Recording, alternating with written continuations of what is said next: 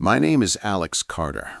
For the last 6 months, my world has been a 10 by 10-foot room encased in glass, perched on a steel tower 70 feet above the canopy of the Mount Baker Snoqualmie National Forest. They call it Fire Lookout Station Osprey. I just call it home. After 3 tours overseas, the idea of spending my days watching trees for smoke sounded less like a job and more like a cure. The silence up here, it's a living thing. It's so profound you can feel it pressing in on you, filling the spaces that used to be filled with the sounds of engines and shouting and things I'd rather forget. My duties are simple, monastic almost. At sunrise, I scan the horizon, quadrant by quadrant, with a pair of high-powered binoculars. I report the weather conditions down to the main ranger station at Enumclaw. I check the batteries for the solar panels, make sure the radio is functioning, and spend the rest of the day reading worn paperbacks and watching the clouds drift by. My only regular contact is with a woman named Sarah, a calm, reassuring voice over the radio who checks in twice a day. For a man who spent years surrounded by people, this solitude felt like the purest form of wealth. I thought I had finally found a place where the world couldn't touch me. I was wrong. It started in late August, during what the old-timers call the dry lightning season. The air gets thick, heavy with a charge you can feel on your skin, but the rain never comes. This storm, however, was different. It wasn't on any forecast Sarah had given me. It rolled in from the north just after sunset, a wall of bruised purple clouds that moved with an unnatural speed and an unnerving silence. There was no thunder, just a low, persistent hum, like a massive power transformer was buried somewhere deep in the mountains. I stood in the center of the lookout, a strange sense of dread washing over me. The lightning began to arc between the clouds, but it wasn't the brilliant white-blue I was used to. It was a sickly violet color. The flashes were slow, almost lazy, as if they were tracing patterns in the sky rather than violently discharging energy. I grabbed my binoculars, my hands feeling slick with sweat, and scanned the ridgeline where the storm was most intense. And that's when I saw it. A single, impossibly bright bolt of that violet lightning didn't just flash, it descended. It moved with a slow, deliberate purpose, striking the dense forest on the flank of Whisper Peak, about 10 miles due east of my position. There was no immediate explosion, no roar of thunder, just an intense, blinding flash of purple-white light that bleached all the color from the world for a full second, then silence. The hum was gone. The clouds seemed to just dissolve, leaving behind a perfectly clear, star-filled sky. The forest was dark and quiet again, as if nothing had ever happened. But I knew better. Something had just touched down in my forest, and it hadn't made a sound. The silence that fell after the violet light vanished was heavier, more absolute than any I had ever experienced in the tower. The familiar, gentle hum of the wilderness, the chirping of crickets, the rustle of wind through the firs was gone. It was as if the entire forest was holding its breath, listening. My own breath hitched in my chest, my heart hammering against my ribs with a frantic, muffled rhythm. I stood frozen in the center of the glass room, my knuckles white on the grip of the binoculars, staring out at the impenetrable darkness that had swallowed Whisper Peak. What in God's name was that? My mind, trained to identify, classify, and react, was cycling through possibilities at a frantic pace. A rare form of ball lightning? Some bizarre meteorological event? A satellite falling out of orbit? None of it fit. The deliberate, almost graceful descent, the unnatural color, and most of all, the silence. An impact of that magnitude, whatever it was, should have sent a shockwave of sound rolling through these valleys. It should have shaken this tower to its steel foundations. But there was nothing. Only a profound, unnerving stillness. My training finally kicked in, overriding the primal fear. Protocol. I had a duty to report any and all unusual phenomena. Wildfires, unauthorized campers, strange weather. This certainly qualified as strange weather. I moved to the radio console, my boots echoing unnaturally loudly on the wooden floor. I flicked a few switches, the familiar crackle of the radio a small comfort in the oppressive quiet. I cleared my throat, which felt raw and dry. Osprey to Enumclaw Station. Come in, Sarah. Static answered for a few long seconds. Then her voice, clear and calm as always, filtered through the speaker. Gotcha, Alex. Little late for a check-in. Everything okay up there? How do you even begin to describe what I saw? How do you put words to something so fundamentally wrong? Yeah, Sarah, I'm fine. But I need to report a meteorological event, a lightning strike, a big one. Copy that, she replied, a hint of weariness in her voice. We've been getting calls about this dry storm all evening, causing some power flickers down in North Bend. No, Sarah, this was different. It wasn't a normal strike. It was a single bolt. It came down slow, almost controlled. It struck the east face of Whisper Peak, and the color, it was purple, violet. There was a pause on her end. For a moment, I thought the connection had been lost.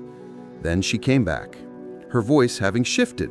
It was still calm, but now it was a practiced, placating calm, the kind you use on someone who's panicking. A slow purple bolt?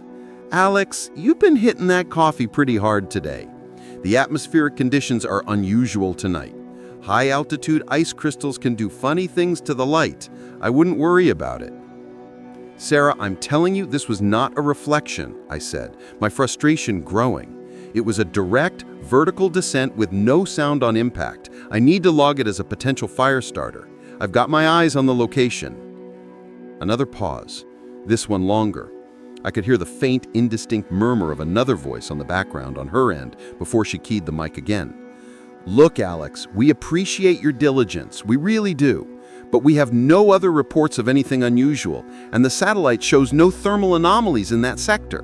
Log it as a standard dry strike if you have to, but my official advice is to get some sleep. It's been a long day.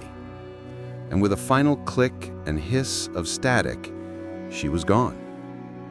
I stood there, the receiver cold in my hand, feeling a chill that had nothing to do with the night air.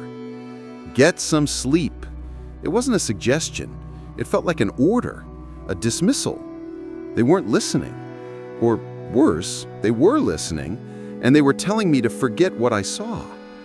My isolation, once a comfort, now felt like a vulnerability. I was the only witness. Sleep was impossible. I spent the rest of the night on my feet, pacing the small circumference of the lookout, a prisoner in my own sanctuary. I never took my eyes off Whisper Peak, scanning the impact site with the binoculars until my eyes burned. Every hour, on the hour, I'd stare, willing a flicker of orange, a plume of smoke, anything to prove I wasn't going insane. But the forest kept its secret. The darkness remained absolute. The sounds of the wild eventually returned, a tentative chorus of insects and distant animals, but it felt different now. It no longer sounded like a symphony of life. It sounded like a cover for something hiding in the shadows. When the first pale gray light of dawn finally broke through the eastern sky, it felt less like a sunrise and more like an interrogation lamp being switched on. The light crept slowly across the landscape, revealing the familiar contours of the ridges and valleys. From my vantage point, 10 miles away, the east face of Whisper Peak looked exactly as it had always had. A solid, unbroken wall of ancient fir and cedar trees. No smoke, no visible crater, no sign that anything had happened at all. The discrepancy between the terrifying event I had witnessed and the peaceful morning scene before me was jarring. It made me question my own memory, my own sanity. But the feeling, the cold, hard certainty in my gut remained. I had seen it. I knew what I saw. I made my decision. Protocol and dismissive radio operators be damned. I had to see it for myself. I waited until my scheduled 0800 check-in. I made my voice as tired and casual as I could. Osprey to Enumclaw. Sarah's voice came back instantly, a little too bright. Morning, Alex. Sleep any better? Like a rock, I lied. Hey, listen, that storm last night brought down a lot of dead branches. I think I'm gonna hike the eastern trail towards Whisper Peak this morning just to check for any blockages. Won't go all the way, just a few miles to clear the path. It was a plausible excuse. Trail maintenance was part of my job. There was a beat of silence. I imagined her looking at a map, seeing the trail I mentioned, seeing how close it got to the site. All right, Alex, she said, her voice carefully neutral. Standard procedure. Check in every 2 hours, watch out for bears, and stick to the trail. Will do. Osprey, over and out. I turned from the radio and began to prepare, my movements deliberate and focused.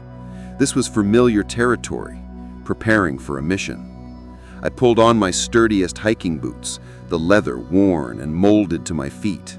I laid out my gear on my cot, a topographic map of the sector, a compass, a military-grade GPS unit, a water purifier, 2 days' worth of rations, a med kit, and my large K-bar knife, its blade oiled and sharp. I packed it all into my worn olive-drab backpack, the weight familiar and comforting on my shoulders. As I strapped the knife to the pack's belt, I hesitated. I looked at the locked rifle case in the corner, containing the standard-issue bolt-action rifle we were given for emergencies. For the first time, I considered taking it. I shook the thought away. I was a ranger, not a soldier. Not anymore. I took one last look around the glass room, my safe perch above the world. It already felt like a lifetime ago. I opened the trapdoor in the floor, the metal groaning in protest, and descended the steep steps on the steel frame. The air grew cooler, thicker with the scent of pine and damp earth as I got closer to the ground. The moment my boots hit the carpet of fallen pine needles, a new silence enveloped me.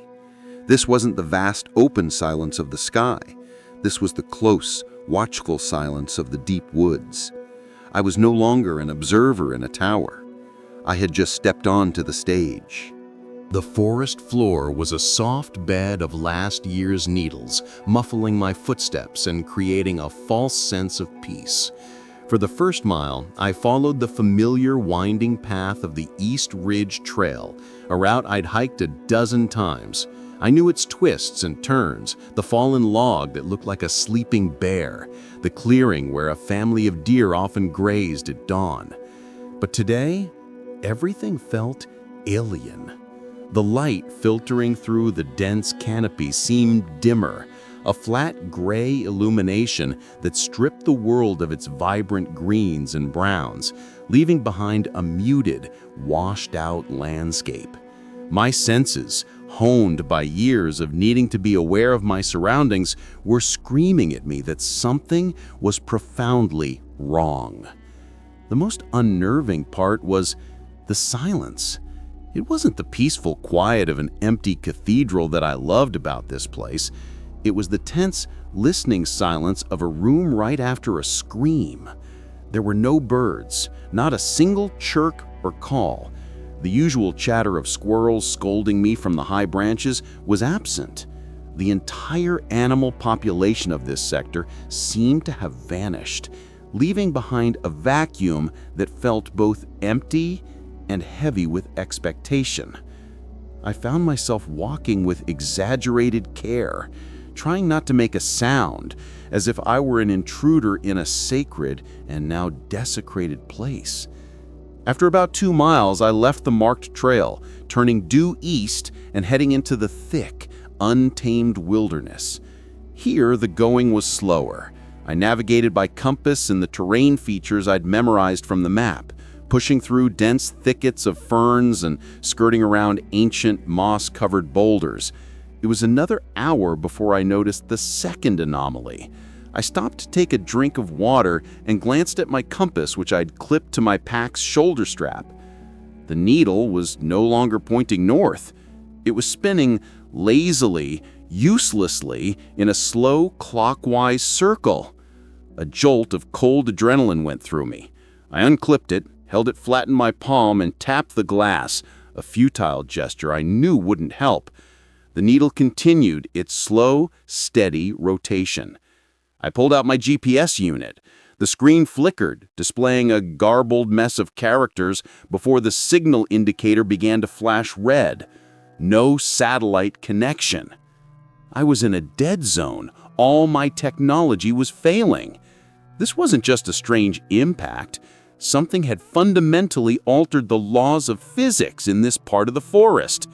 My feeling of being an intruder intensified. Now, I was also blind. I wasn't panicked. My training had prepared me for this. You trust the land, you read the sun, the moss on the trees, the flow of the streams. But this felt different. It felt like the land itself was being corrupted. I pushed onward, my unease now a hard knot in my stomach. The air began to change too. It grew colder, and a strange, sterile scent filled my nostrils. It was like the air after a lightning strike, a sharp smell of ozone, but it was mixed with something else, a faint, metallic tang, like old blood or rust that coated the back of my throat. I hiked for what felt like another hour, my body on autopilot while my mind raced. I was climbing steadily, making my way up the long, sloping ridge that I hoped would give me a vantage point over the impact site. The terrain grew steeper, the trees thinning out as I approached a rocky spine near the summit. As I pulled myself up over the last ledge of granite, the view opened up before me, and I froze. I was looking down into a shallow, bowl-shaped valley, maybe half a mile across, and in the center of it was the wound. The word crater didn't even begin to describe it. This was something else entirely. From a central point, every single tree for hundreds of yards in every direction had been flattened. They weren't splintered or burned or shattered like you'd see from an explosion or a meteorite. They were bent, pushed over from the base, their massive trunks laid out on the ground in a perfect, breathtaking spiral pattern, like iron filings arranged around a massive, invisible magnet. The sheer geometric perfection of it was terrifying. Nature is chaotic and random. This was ordered, precise, and utterly alien. The silence emanating from that place was no longer just an absence of sound.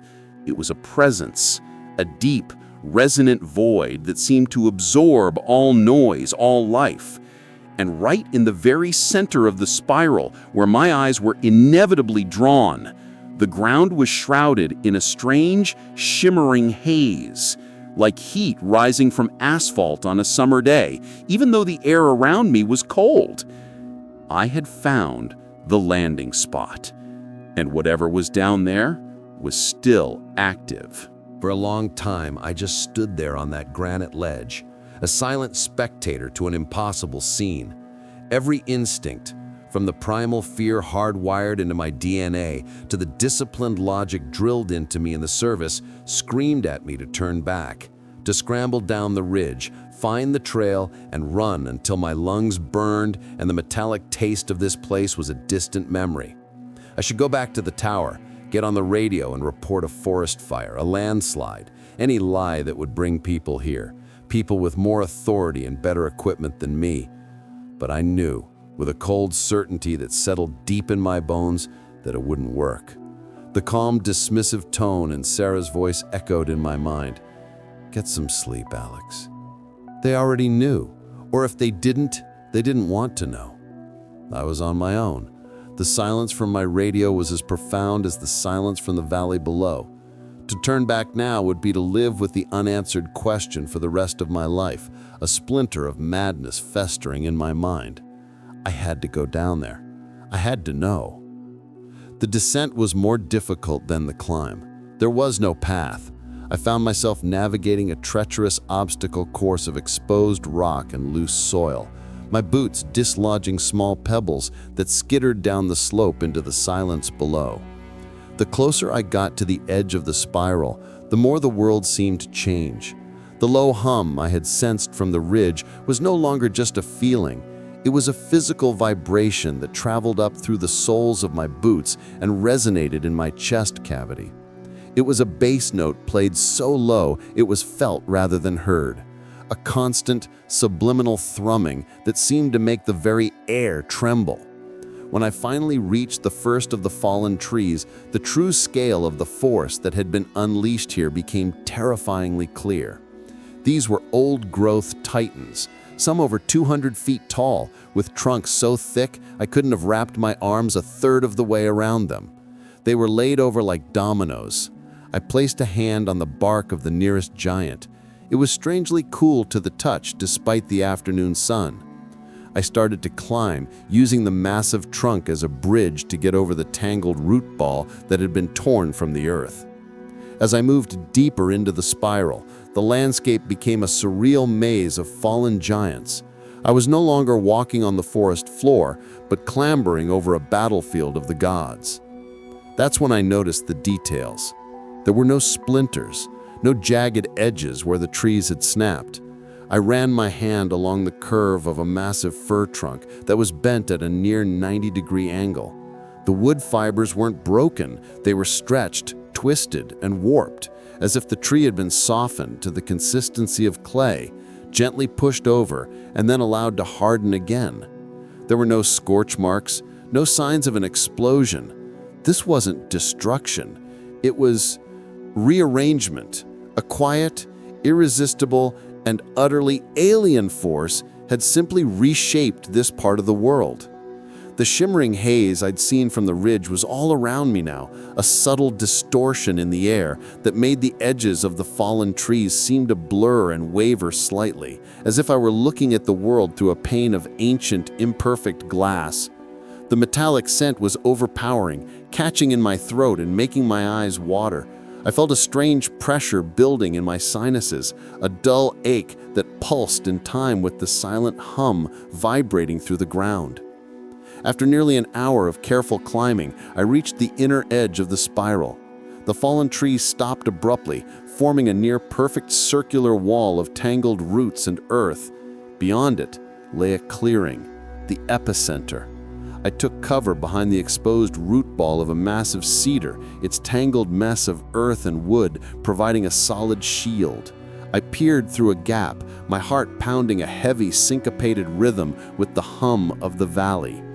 The clearing was about 100 yards in diameter. It wasn't a crater. The ground was perfectly level, but it was no longer soil or rock.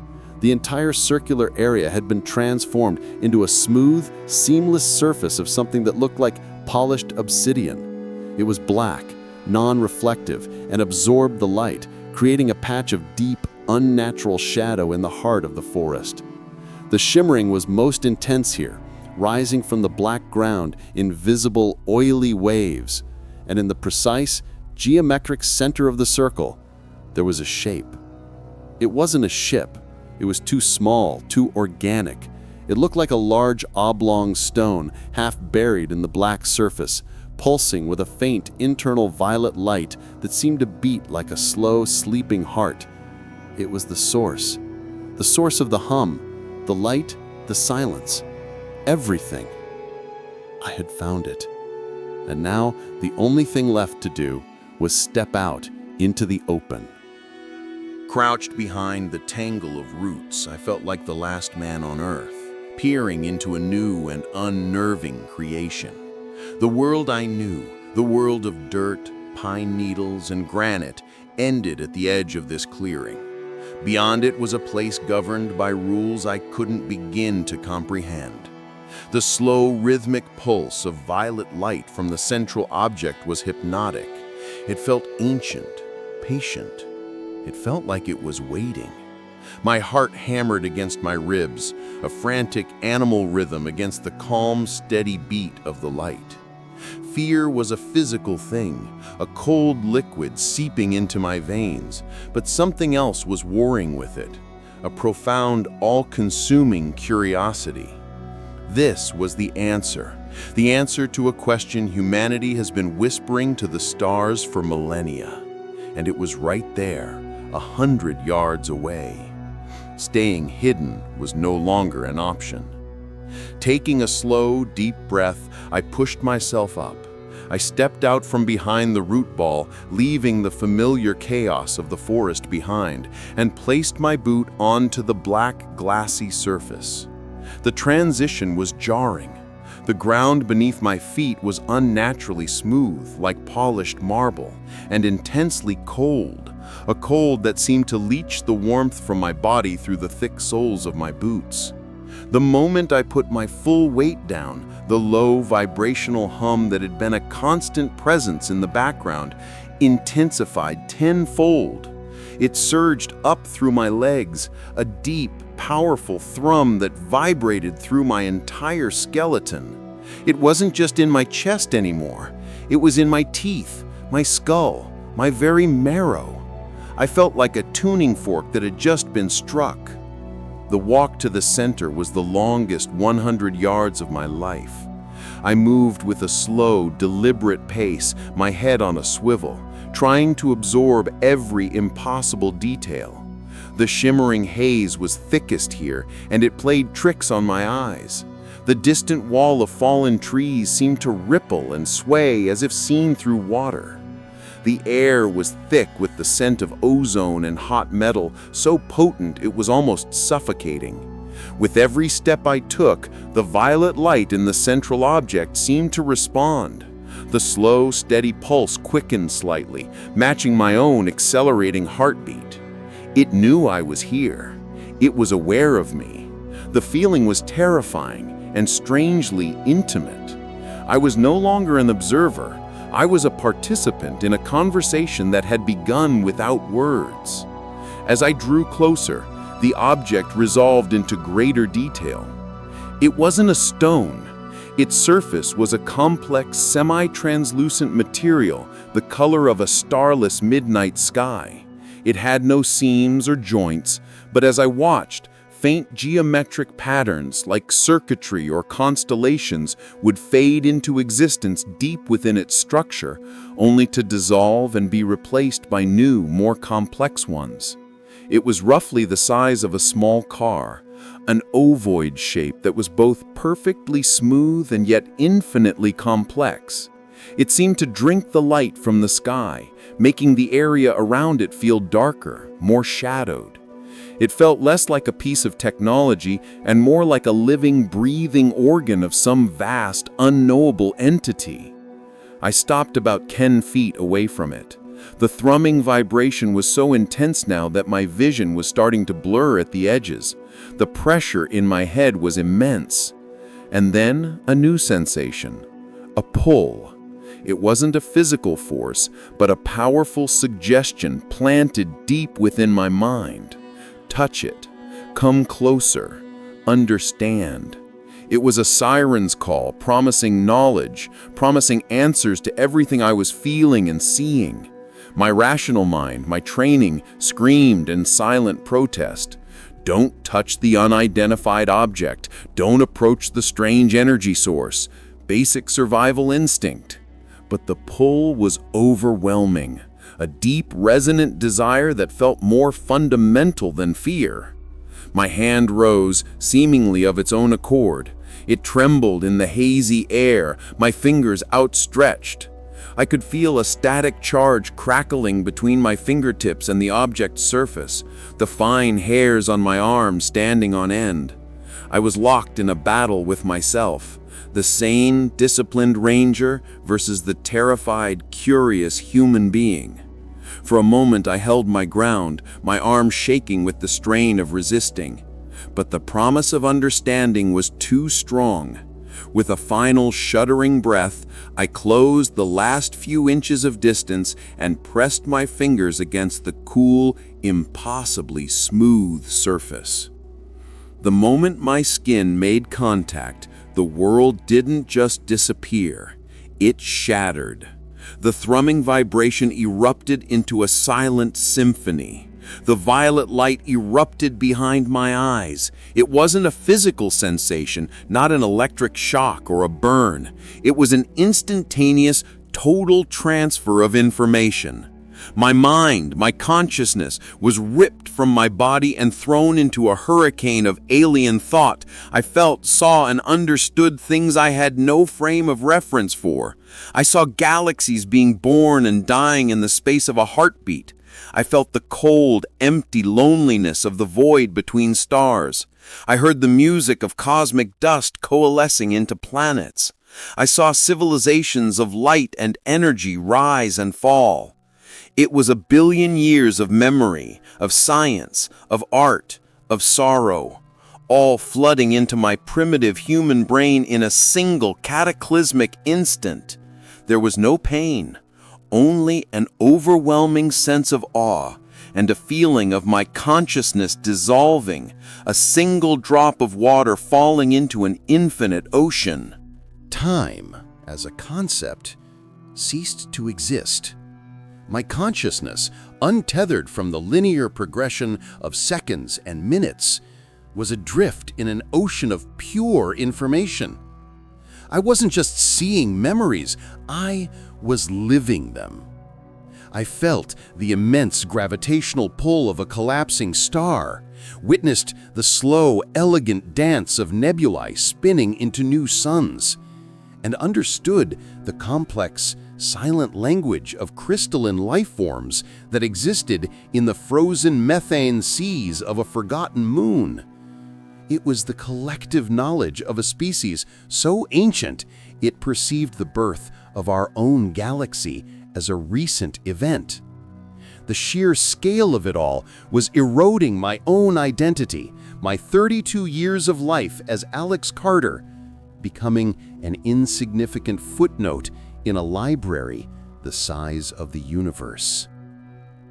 And then, as suddenly as it began, it was over. The connection severed. The torrent of data ceased, and my consciousness snapped back into my body with the force of a physical blow. I was thrown backward, landing hard on the smooth, cold surface of the clearing. The world came rushing back in a dizzying, painful wave. The smell of ozone, the feeling of the hard ground beneath me, the sight of the swaying trees at the edge of the circle.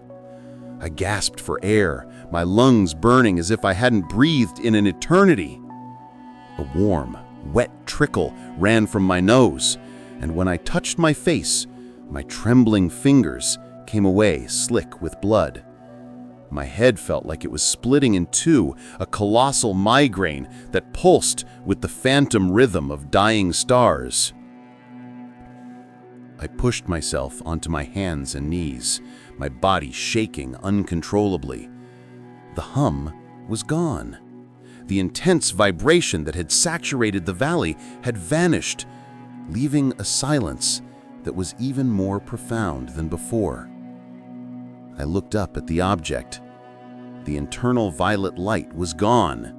The shifting, complex patterns within its dark surface were still. It was now just a large, black, ovoid rock, its purpose seemingly fulfilled. The shimmering haze in the air had dissipated, and the world looked painfully sharp and clear, every leaf and pebble rendered with an almost unbearable intensity. My own mind was a fractured mess. My own memories were tangled up with the alien knowledge, creating a bizarre, surreal mosaic. I remembered learning to ride a bike on a cracked sidewalk in my childhood neighborhood. But that memory was now overlaid with the sensation of soaring through the rings of a gas giant on currents of electromagnetic wind. I recalled Sarah's voice on the radio, but it was interwoven with the silent, telepathic speech of the beings who had sent this probe, this seed of knowledge.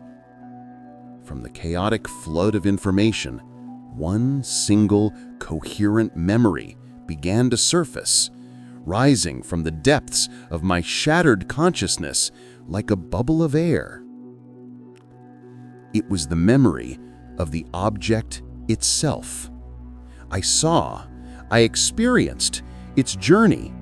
I felt the final gentle push as it was released from a vast, biological-looking vessel that swam through the void like a celestial whale. I felt its long, lonely voyage through the darkness, a silent, patient pilgrimage lasting millennia. Its purpose was simple and devastatingly profound. It was a library, an archive, a message in a bottle thrown into the cosmic ocean designed to find fertile ground, a world with developing intelligent life, and to simply share. It was not an invasion. It was a gift. A catastrophically overwhelming gift that our minds were never designed to receive in this way. The realization did little to comfort me. I was a primitive man who had just been forced to read every book in a library from a civilization a billion years our senior. The knowledge was there, locked away in the recesses of my mind, but I couldn't access it. It was like a massive, encrypted file my brain didn't have the password for. All I had was the echo, the feeling of its immensity, and the splitting headache it had left in its wake. A sharp beeping sound cut through my daze. I fumbled for the radio clipped to my belt. It was the 2-hour check-in alarm. I looked at my watch. It was 15:30. I had missed my 1400 check-in over an hour ago. Sarah, the calm, collected dispatcher, would have followed protocol. She would have tried to raise me. When I didn't respond, she would have marked my last known position, the East Ridge Trail, and she would have sent a team. They were coming for me. But I knew with chilling certainty that it wouldn't be a standard search and rescue team. It would be the kind of people who tell you to get some sleep when you report seeing a slow, purple bolt of lightning. The kind of people who want to contain, control, and conceal. The gift was one thing, but the man who had opened it, I was now a loose end. Panic is a wildfire in the mind. It consumes reason, logic, and training, leaving behind only the black ash of primal fear. I could feel it licking at the edges of my thoughts, a hot, rising terror that urged me to run blindly, to crash through the undergrowth without direction, simply to put distance between myself and the silent black object that had shattered my reality. But my training, buried deep in my bones, held fast. It was an anchor in the storm. Panic gets you killed, Carter. The voice of my old drill sergeant was a ghostly echo in the silent clearing. Breathe, assess, act. I forced myself to take a ragged breath, the metallic air stinging my lungs. I did a quick inventory. Physically, I was drained, my muscles trembling with exhaustion and shock. My head was a universe of pain, and the dried blood under my nose felt stiff and strange. But nothing was broken. My gear was intact. My backpack with its meager supplies, the knife at my belt, the map and compass that were now useless in this localized dead zone. It wasn't much, but it was something. My most valuable asset now was my knowledge of this wilderness. I knew its creeks, its ridges, its hidden game trails. It was the only advantage I had. Going back the way I came was a death sentence. The East Ridge Trail would be the first place they'd look. They would expect me to be disoriented, to seek the familiar path. I had to do the opposite. I had to go deeper. My plan formed with a grim clarity. I would head north, towards the unforgiving terrain of the Shadow Creek Basin, a maze of steep ravines and dense, old-growth forest that few rangers ever patrolled. It was dangerous territory, but its tangled canopy and rugged landscape offered the best concealment. If I could make it through the basin, I could eventually circle west and try to reach one of the old abandoned logging roads that crisscrossed the national forest miles from my lookout tower. With one last, lingering look at the inert alien artifact, I turned my back on the clearing. Stepping off the smooth black surface and back onto the familiar crunch of pine needles and soil felt like crossing a border between worlds. I was back in my own reality, but I was no longer the same man who had entered. I broke into a steady, ground-eating jog, my body screaming in protest, forcing myself through the surreal, silent battlefield of the spiral. I'd been moving for maybe 15 minutes when I heard it. At first, it was just a faint rhythmic pulse, almost indistinguishable from the pounding of my own blood in my ears, but it grew steadily louder, resolving into the unmistakable whomp, whomp, whomp of helicopter rotor blades. They were here, and they were fast. I didn't even have to look up. I dove for cover, scrambling into a dense thicket of ferns under the belly of a fallen cedar. I lay flat on the damp earth, my heart hammering as the sound grew into a deafening roar. A large, dark shape passed directly overhead, its shadow momentarily plunging my hiding place into darkness. It was a black, unmarked helicopter, the kind you see in movies but never in real life, flying low and slow, methodically scanning the forest. The hunt had begun. From that moment on, I was no longer a ranger. I was prey. I moved with a desperate stealth I hadn't needed in years. I stayed low, using the massive trunks of the fallen trees as cover, scurrying from one shadow to the next. The helicopter was persistent, circling the area of the spiral, its engine noise a constant, terrifying reminder that I was outmatched. As I moved, my fractured mind kept betraying me. A flash of sunlight off a wet leaf would trigger a phantom memory of watching a star being born. The complex pattern of moss on a rock would suddenly resolve into a blueprint for a technology I couldn't possibly comprehend. These flashes were disorienting, dangerous. More than once I stumbled, momentarily lost in a vision of a crystalline city under a binary sun, only to be snapped back to reality by the roar of the helicopter passing by. The alien knowledge wasn't a tool, it was a poison, a beautiful and deadly distraction that threatened to get me caught. Hours passed. The sun began to dip below the western ridges, casting long, deep shadows across the forest floor. The temperature dropped. The helicopter search pattern seemed to be expanding, its sound fading and then returning as it followed the grid it had established. I knew I couldn't keep moving in the dark. I needed to find a place to hide, to wait out the night. My legs were trembling with fatigue and the headache had returned with a vengeance. I found what I was looking for near a small gurgling creek, a washout beneath the roots of an ancient, overturned fir tree. It was little more than a hollow, a damp, dark space smelling of rich earth and decay, but it was cover. I crawled inside, pulling branches and ferns over the entrance, and collapsed into the darkness, my body screaming for rest that I knew would not come. The rhythmic sound of the helicopter faded into the distance for a moment, leaving me alone in the chilling silence of the coming night. I was cold, exhausted, and hunted, a fugitive in my own forest, haunted by the ghost of an entire universe in my head. Darkness in the deep woods is an absolute. It's a physical presence, a thick black velvet that smothers light and deadens sound. In my cramped hollow beneath the tree roots, it was my only ally. I lay curled in the damp, cold earth, every muscle aching, every nerve frayed and raw. The rhythmic throb of the colossal headache that had become my constant companion. The night was a long, cold, and terrifying vigil. For the first few hours, I barely moved, listening. The forest, which had been unnervingly silent, slowly came back to life, but its familiar symphony was now a source of terror. Every snap of a twig was a footstep. Every rustle of leaves was an approaching searcher. The distant hoot of an owl sounded like a signal. My human paranoia was working in overdrive. Periodically, the distant, menacing pulse of the helicopter would return, a sweeping beat that passed from one side of the horizon to the other. I imagined them up there, peering down through the canopy with thermal scopes, seeing the forest not as a collection of trees, but as a heat map. I drew my knees to my chest, trying to make my heat signature as small as possible, a futile gesture that was more of a prayer than a tactic.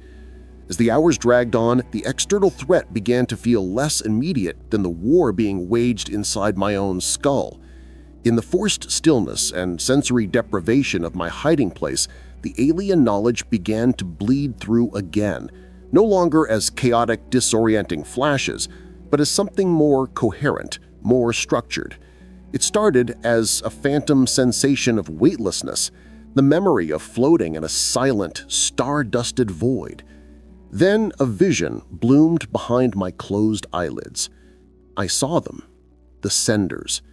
They had no bodies, not in any way I could comprehend. They were vast, sentient nebulae of light and thought, ancient beyond measure. They didn't perceive the universe through eyes or ears, but experienced it as a unified wave of cosmic energy and data. I felt their consciousness, a calm, peaceful, and infinitely patient awareness. It was a collective, a trillion minds linked as one, yet each retained its own unique identity, a single voice in a celestial choir. I experienced a memory of them communicating, not with words, but with pure concepts, with beams of shaped emotion and complex mathematics that flowed between them like currents in an ocean of light. And I finally understood the probe's true purpose.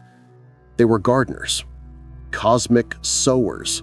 For eons, they had traversed the galaxies, seeking out nascent worlds that showed the spark of complex consciousness. They would watch and wait for millennia until the species reached a certain threshold of self-awareness. Then they would send a seed, an archive like the one I had touched. It wasn't a weapon, nor was it a tool for conquest. It was a catalyst, a legacy, an offering of their collected knowledge designed to gently merge with a planet's developing biosphere of thought, hoping to accelerate a species' evolution past the self-destructive tendencies of technological infancy and guide them toward a more harmonious universal understanding. This profound, benevolent vision of the universe was a thing of terrifying beauty. But as I lay there, experiencing the serene, eternal perspective of these star beings, the contrast with my own reality was a form of exquisite torture. I was a shivering, terrified animal hiding in a hole in the ground. My species, the one they had chosen for this magnificent gift, was the one hunting me with black helicopters and thermal scopes. The sender's gift was meant to be a universal blessing, but it had been delivered to a single, fragile, unprepared mind. I was a walking, breathing paradox, a man who held the intellectual legacy of the gods, whose immediate concerns were the cold, the damp, and the fear of a bullet in the dark. The cosmic knowledge didn't make me feel powerful. It made me feel crushingly, achingly alone. Sometime before dawn, I must have drifted into a state of exhausted delirium. When I came to, it was to the first pale gray light of morning filtering through the ferns I'd used to cover the entrance. The forest was shrouded in a thick, cold mist. The helicopter was gone, for now. I had survived the night. I crawled out of my hiding place, my body stiff and numb. The world looked different now. I was no longer just Alex Carter, the fugitive. I was Alex Carter, the archivist, the sole bearer of a library that could save my world or tear it apart. And I knew, as I straightened my aching back and looked north into the misty, unknown wilderness, that my escape was no longer just about survival. It was about protecting the legacy I now carried. The gray, misty dawn offered no warmth, only a dim illumination that revealed the formidable challenge ahead. The Shadow Creek Basin was aptly named. It was a deep, jagged scar in the earth, a chaotic maze of steep-sided ravines and tangled, primeval forest where the sun rarely touched the ground. This was a place that actively resisted human intrusion. To survive here, I had to stop thinking like a man and start thinking like the forest itself. My first priority was water. My canteen was nearly empty, and my body was screaming for hydration. I followed the downward slope of the land, my ears straining for the sound of moving water. The alien knowledge, which had been a torment during the night, began to shift. As I focused on the task of survival, The chaotic flood of cosmic visions receded, and in its place, a strange, new intuition began to surface. I found myself looking at the terrain and not just seeing trees and rocks, but understanding the subtle logic of the landscape. I could almost feel the unseen web of roots beneath the soil, sense the paths where water would inevitably flow. I adjusted my course, guided by this new instinct, and within 20 minutes, I heard the faint welcome music of a creek. It was a fast-moving stream of ice-cold, crystal-clear water, tumbling over mossy stones. I knelt and drank deeply, the cold shocking my system and clearing some of the fog from my mind. As I refilled my canteen, I scanned the muddy banks, and then I saw it. A single, perfect boot print, partially washed away by the creek's current. It wasn't mine. The tread was deep, military grade, and the print was fresh, maybe only a few hours old. My blood ran cold. They weren't just searching from the air anymore. They were on the ground. A quiet, methodical hunting party, sweeping the basin. They were good. To have found this remote creek so quickly meant they were skilled trackers. It also meant I was no longer just running from a vague threat. I was being actively stalked by men who were likely as comfortable in this environment as I was. The discovery changed everything. Every step I took was now calculated to leave as little trace as possible. I walked on rocks in the creek bed for half a mile to hide my trail. I used low-hanging branches to wipe away my footprints on patches of soft earth. I became a ghost, a whisper in the woods, my human scent washed away by the creek and masked by the damp, loamy air. The helicopter made a few distant passes throughout the day, but it felt like a secondary threat now. The real danger were the silent hunters who were walking the same ground I was.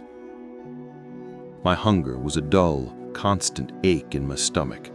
I had rations in my pack, but they were emergency supplies, and I didn't know how long I would be out here. I needed to supplement them. Again, the new perception helped. I found a patch of miner's lettuce and a few wild berries that my ranger training identified as safe, but it was my new intuition that seemed to draw my eye to them, spotting the tiny patch of green in a sea of brown and gray. It wasn't much, but it was enough to take the edge off my hunger and keep me moving. The journey through the basin was a grueling, day-long ordeal. I scrambled down slick, muddy slopes, using exposed roots as handholds, and hauled myself up the other side, my lungs burning, my muscles screaming in protest. The entire time, I felt a strange duality. My human body was weak, exhausted, and afraid. But the consciousness within me, the part that was now irrevocably tangled with the sender's knowledge, was calm. It perceived the forest not as an obstacle or a threat, but as a single, complex, living system. It saw the fractal patterns in the ferns, understood the symbiotic relationship between the moss and the trees, and felt a profound, silent beauty in the relentless cycle of growth and decay. As evening approached, I found a defensible place to rest, a shallow, dry cave hidden behind the curtain of a small waterfall. The roar of the water would mask any sound I made and confuse anyone trying to listen for me. I slid into the cold, dark space, my body trembling with exhaustion. I had made it through the basin. I was still alive, still free. I looked out through the shimmering veil of the waterfall at the darkening woods. The hunters were still out there, I knew. But for the first time since this ordeal began, I felt a sliver of something that wasn't fear. It was a strange, fierce sense of purpose. I wasn't just Alex Carter, the ranger, anymore. I was something new, and I was beginning to learn how to use the gifts that had been forced upon me. The hunt was far from over, but the prey was learning. The small cave behind the waterfall was my sanctuary for the night. The ceaseless roar of the water was a welcome shield, a white noise that drowned out the imagined sounds of my pursuers and the insistent whispers of the cosmic library within my mind. I ate sparingly for my rations, forcing down the dry, flavorless bars, knowing that every calorie counted. My body was a ruin of aches and pains, but my mind, despite the lingering cosmic reverberations, was sharpening. I was no longer a man reacting to events. I was adapting, evolving. I spent the pre-dawn hours planning my next move. The old logging roads to the west were my goal. They would be rough, overgrown, but navigable, and eventually they would lead to the fringes of civilization, far from the restricted zone around Whisper Peak. But getting there meant crossing another expanse of difficult terrain, and I knew my pursuers would be anticipating my move. They would have established perimeters, likely positioned scouts along the most probable escape routes.